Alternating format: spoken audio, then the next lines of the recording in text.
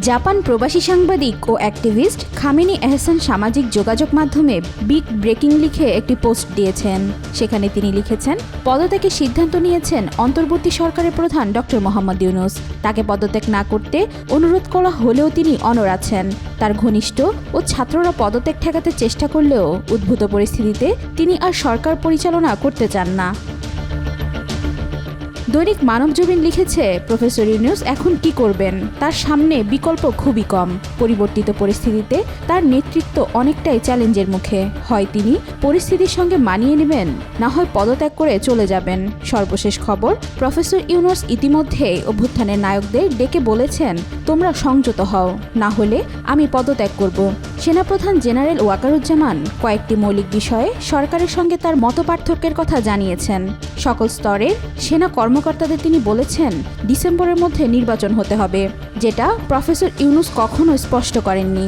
তার উপদেষ্টারা সবসময় পানি ঘোলা করেছেন। তিনি ডিসেম্বর থেকে জুনের কথা বলে নির্বাচনকে অনিশ্চিত করে তুলেছেন। বারবার দাবি তোলা সত্ত্বেও তিনি বিষয়টি খোলাসা করেননি। এরই মধ্যে ফেসবুকে পোস্ট দিয়ে সকল রাজনৈতিক দলের কাছে ক্ষমা চেয়েছেন উপদেষ্টা মাহফুজ আলম। তিনি বলেছেন, পুরনো যে কোনো বক্তব্য ও শব্দচয়ন যা বিভাজনমূলক ছিল সেগুলোর জন্য আমি আন্তরিকভাবে দুঃখিত।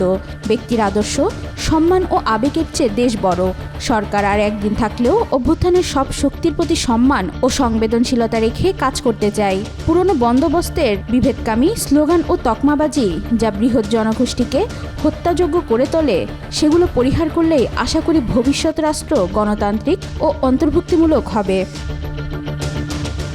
তিনি আরও লেখেন, বাংলাদেশের শত্রুরা ঐক্যবদ্ধ ও আগ্রাসী। সার্বভৌমত্ব ও গণতান্ত্রিক সব প্রতিষ্ঠান হুমকির মুখে। দেশপ্রেমিক জনগণ যারা জুলাই অভ্যুত্থানে ঐক্যবদ্ধ ছিলেন, তাদের সামনে দীর্ঘ পরীক্ষা। এই পরীক্ষা ঐক্যের ও ধৈর্যের।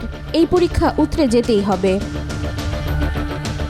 এদিকে দৈনিক আমার দেশের সাংবাদিক অলিউল্লাহ নোমান ফেসবুকে লিখেছেন, ডেডলাইন শনিবার। আগামী 48 ঘন্টার মধ্যে বাংলাদেশে অনেক কিছু ঘটতে যাচ্ছে। ওয়াহিদা পারভিন ইশিতা, আজকাল।